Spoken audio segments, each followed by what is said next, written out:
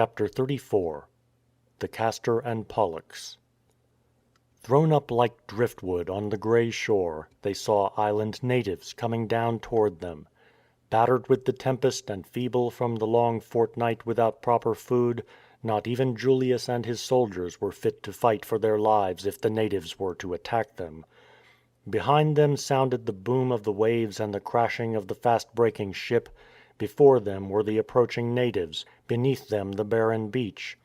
Above them dark clouds mercilessly pelting their tired, shivering bodies with icy rain.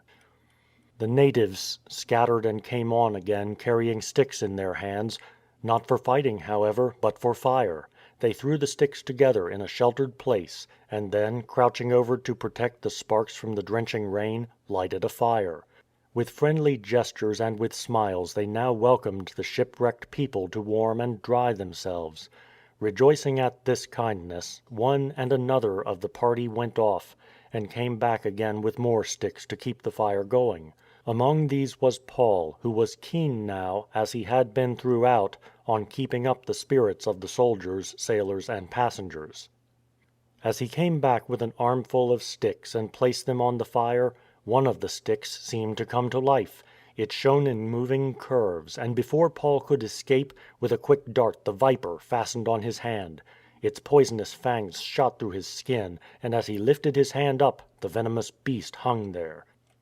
Every eye was on Paul. The natives saw the chain of the prisoner hanging from his wrist and the viper hanging from his hand. "A murderer," they whispered. "He has escaped from the sea, but the vengeance of the gods will not let him live." Paul shook his hand violently, the viper relaxed his hold and fell back into the blazing fire. The natives watched Paul to see the poison swell his hand and arm and body as they knew a viper's poison would, and to see him fall down dead. They looked and looked again, watching for a long time. But nothing happened. Paul seemed entirely unaffected. They were perplexed, then talking to one another they swiftly changed their minds.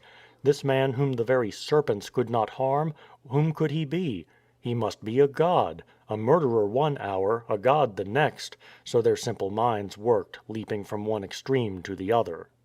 The wrecked crew found that they had been shipwrecked on the island of Malta.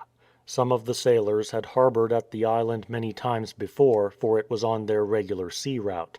But they had not recognized it earlier, for the bay in which they were shipwrecked was on an entirely unfamiliar side of the island, far from the big harbour.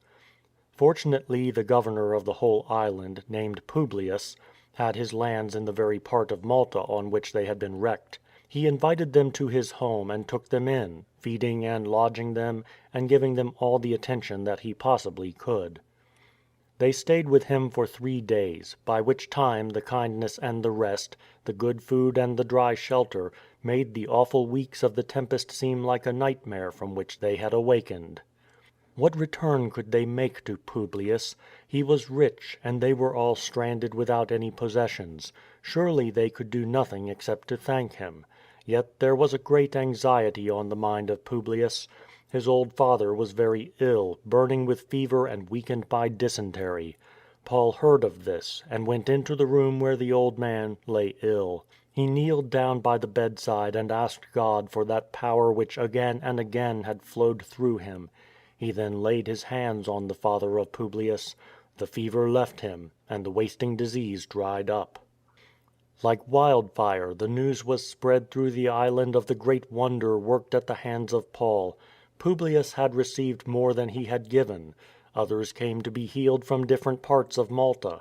And when they were healed they paid all honour to Paul and his companions. Again this strange prisoner's greatness had shone out. He drew the reverence of men, who forgot his chains and only saw his wonderful character.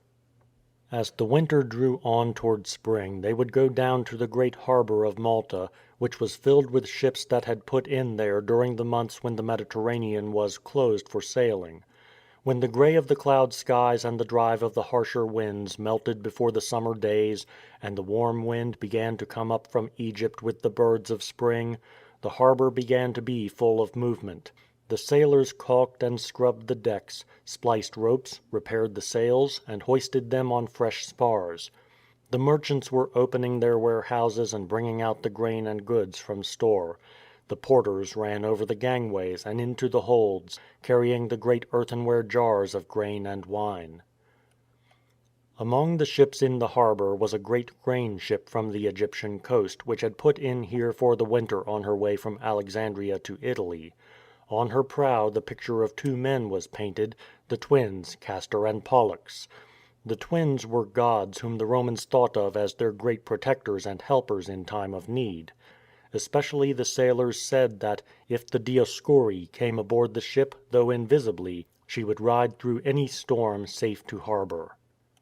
One of the great Roman writers, Epictetus, who himself did not put faith in the twins, told the people to have the faith in God which the sailors had in Castor and Pollux. He says, "Be mindful of God, call him to be thy helper and defender, as men call upon the Dioscuri in a storm." When the master and the captain of the ship, and Julius with the soldiers and the sailors, saw a great Roman vessel in harbour with that name upon her, they would remember their shipwreck, and would wish to sail on a ship with such a name of good fortune as the Castor and Pollux. They took passage on board, and, once more, after these months on Malta, they found themselves with the swing of the waves under their feet and their faces turned toward Rome. From Malta to Sicily, where they dropped anchor in the harbour of Syracuse, was a short sail. After 3 days there, probably loading and unloading cargo, they sailed out again to find themselves in the teeth of an unfavourable wind. After much tacking they ran into Rhegium, the city on the other side of the Straits of Messina, on a strip of land under the shadow of the great brown mountain range that runs down to form the toe of Italy.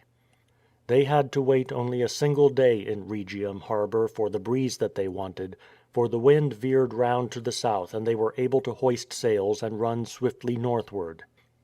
It was the last stage of the long perilous journey, since the day when, in the autumn of the previous year, they had slipped out of the harbour of Caesarea. The very ship seemed to rejoice. She lay herself out to complete the race with a great final sprint.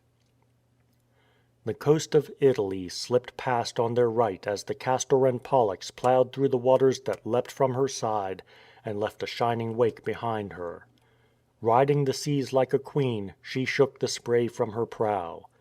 Making the blue hills of the sea divide, shearing a glittering scatter in her stride, and leaping on a full tilt with all sails drawing, proud as a war horse, snuffing battle, pawing. At last they saw, over the starboard bow, a dark pall of smoke rising from a mountain top. "Vesuvius," said the sailors to the travellers. They had already passed Etna and Stromboli, and knew these strange fire mountains which sometimes threw out blazing lava and red-hot stones. As they turned into that loveliest bay in the Roman world, they saw, under the very foot of the smoking mountain, the gleam of white temples in the sun, and on the beach the gay life of a brilliant and lovely Roman pleasure city. Yet within 30 years of Paul's passing that mountain was to pour down her sides hideous streams of burning lava which would overwhelm this city of Pompeii.